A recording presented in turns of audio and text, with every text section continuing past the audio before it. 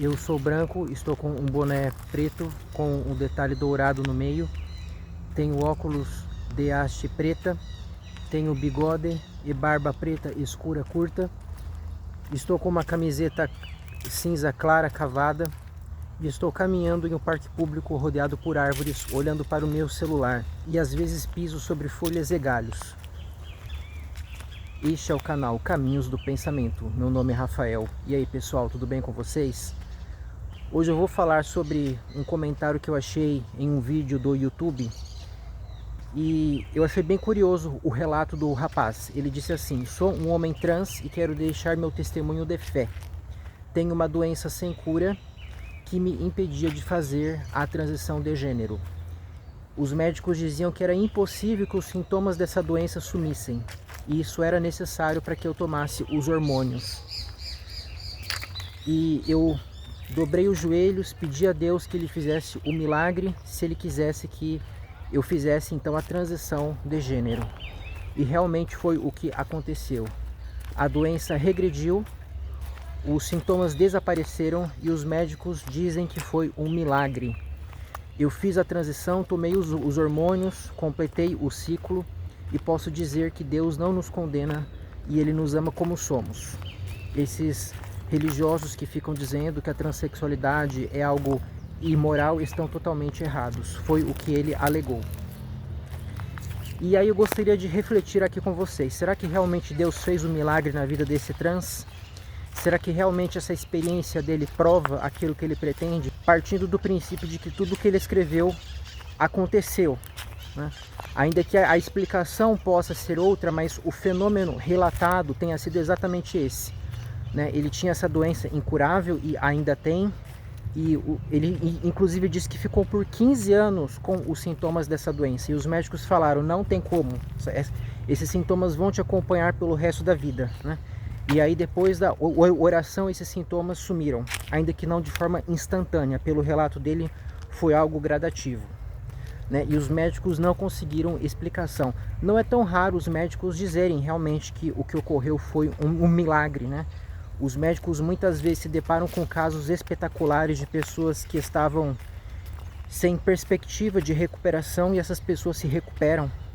E eles mesmos falam: olha, foi Deus, né? Você tem que agradecer aquilo que você acredita, o santo, o Deus, a entidade, porque isso não tem explicação dentro da medicina. E nós, como pensadores críticos, caminhando em busca da verdade, guiados pela razão, né?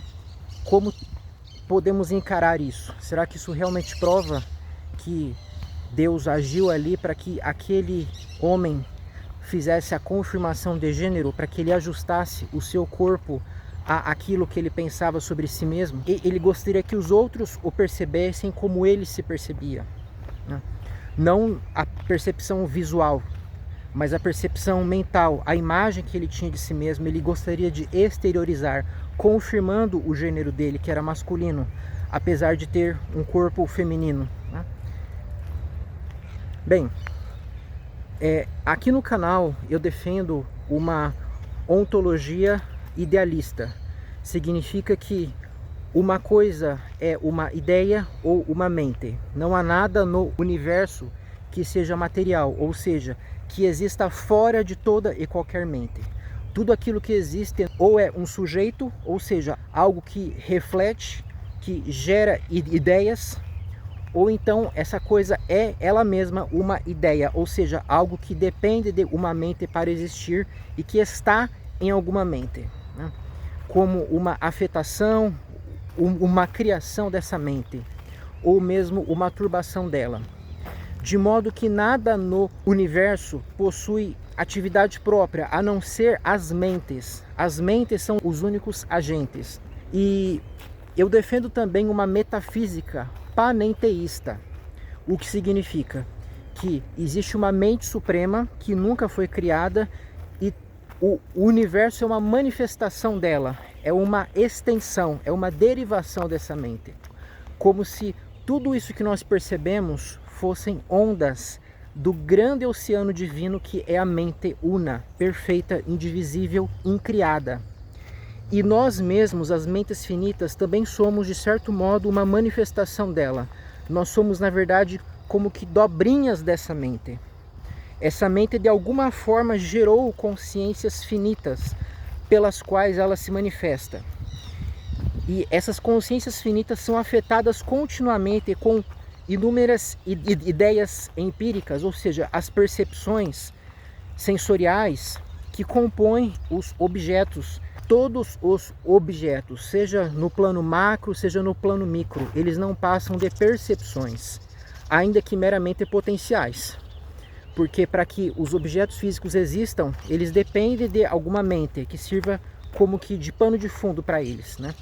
Então, enquanto esses objetos não estão sendo percebidos, eles não existem, ou então eles existem no sentido meramente potencial, no sentido de que se alguém se colocasse em determinada condição, olhando em determinada direção, por exemplo, ou então estendendo a mão para tocar em algum canto sem luz, por exemplo, aí essa percepção passaria a existir, seja a imagem, seja a sensação, né? E o universo todo, pessoal, ele é uma manifestação então dessa mente cósmica, dessa mente una, né? E pensando por esse lado, não tem como dizer que o que ocorreu com esse homem trans não foi uma ação divina. Sabe por quê? Porque tudo aquilo que ocorre no universo é uma ação divina. Não há um poder paralelo ou exterior a Deus, mas ele é o único poder, é ele que faz todas as coisas, de fato. Então sim, foi Deus que fez com que os sintomas sumissem daquele sujeito. Mas isso não significa que isso tenha sido uma ação, vamos dizer assim, que não possa ter um paralelo no plano físico. Em que sentido? Veja, quando você toma um remédio e os sintomas da sua doença somem, né? Vamos pensar aqui alguma coisa bem simples. Você está com uma indisposição estomacal, né? Você vai à farmácia, compra um remedinho, você toma e fica bem, né? Você pode dizer que foi o remédio que causou a sua melhora? Em certo aspecto você pode. Se você pensa no plano ordinário, no plano aparente, né? Aí você pode dizer que o remédio tinha uma propriedade curativa que fez com que o estômago ficasse bom, né? E aí você pode ir para a explicação química, né? Qual foi o princípio ativo desse remédio, né? Como que ele interagiu com a química do seu estômago, né? Que fez com que a dor sumisse, né? Agora, isso tudo não passa de uma descrição de percepções, ou seja, de ideias. Percepções que estavam na sua mente ou que poderiam estar na sua mente se você observasse com o aparelho específico a interação do remédio no seu estômago, né? Aí você veria essa sucessão de imagens que você chama de reação química, né? Agora, nada disso é material, né? Não foi de fato o remédio que fez que a dor sumisse, porque o remédio é um objeto físico. Os objetos físicos são perceptíveis por essência, né?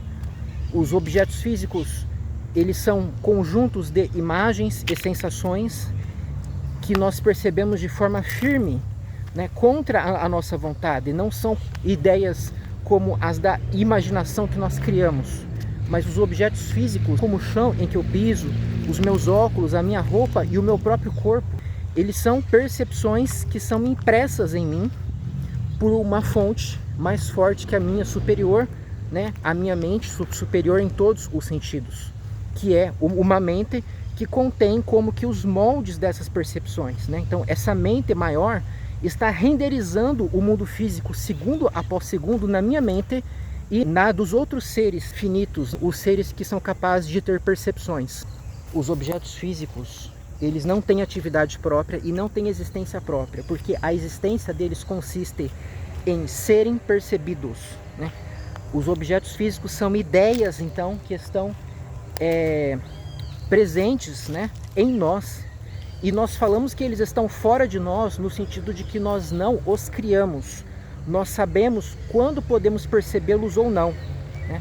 Então, se eu me retiro daquele local e paro de pensar naquele objeto, de certo modo ele continua existindo, no sentido de que se alguém se pusesse naquela situação, a pessoa seria afetada com percepções idênticas às que eu tinha naquele momento, né? Então existe a existência atual daquilo que está sendo percebido e existe a existência potencial daquilo que seria percebido em tal e tal condição. E os remédios, o estômago, todos os demais seres chamados corpóreos, físicos, que não são mentes, eles são conjuntos de ideias ou percepções vindas da mente suprema. De modo que o que ocorreu com aquele homem trans talvez tenha uma explicação no plano ordinário. Do mesmo modo que se dá com os remédios que nós tomamos, né?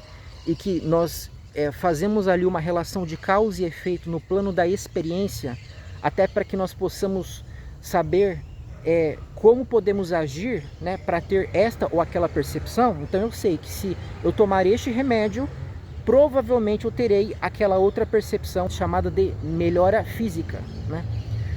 Não que o remédio em si mesmo tenha atividade, mas ele serve como que um sinal daquilo que eu devo fazer para que a mente suprema me afete com a percepção chamada de melhoria, bem-estar, né? Sumiço da dor. Talvez o que ocorreu com aquele homem trans seja algo que tenha uma explicação científica no plano da causalidade ordinária. Porém, no momento atual, nós ainda não temos acesso a isso. Nós não temos uma explicação para o que ocorreu. A oração que ele fez pode ter sido um evento totalmente irrelevante, casual, coincidente, né? Que realmente não fez com que os sintomas sumissem. Mas os sintomas podem ter sumido por algum motivo que está oculto, seja por falta de investigação, seja por falta de equipamentos necessários para que os cientistas possam entender como aquela doença incurável ficou assintomática, né? Então sempre que a gente ouve falar de um milagre, a gente tem que acender o sinal do ceticismo, né? Não é porque nós ainda não temos uma explicação física para aquele fenômeno que a explicação física não existe.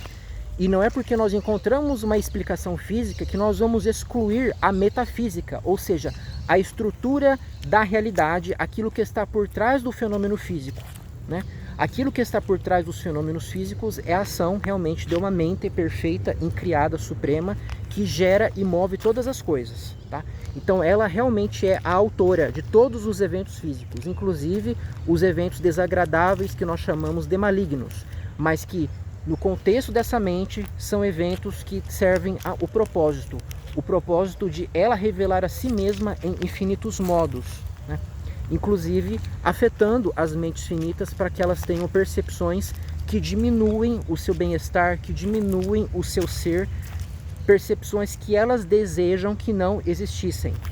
E esse homem trans, então, ele está em uma postura supersticiosa quando ele pega essa experiência que ele não consegue explicar e diz que isso prova que Deus não condena a transexualidade. Não.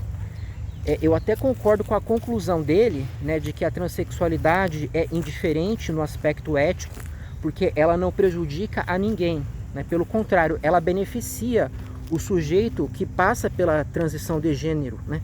A transexualidade em si, na verdade, assim, a transexualidade é o fenômeno pelo qual a pessoa ela se identifica com um gênero diferente daquele que foi atribuído a ela devido ao sexo biológico, né? Aquela pessoa nasceu com um órgão sexual feminino, ela recebe um nome feminino, as pessoas esperam que ela se comporte como uma menina, mas na verdade a pessoa se identifica como menino, sem negar o corpo que possui, né?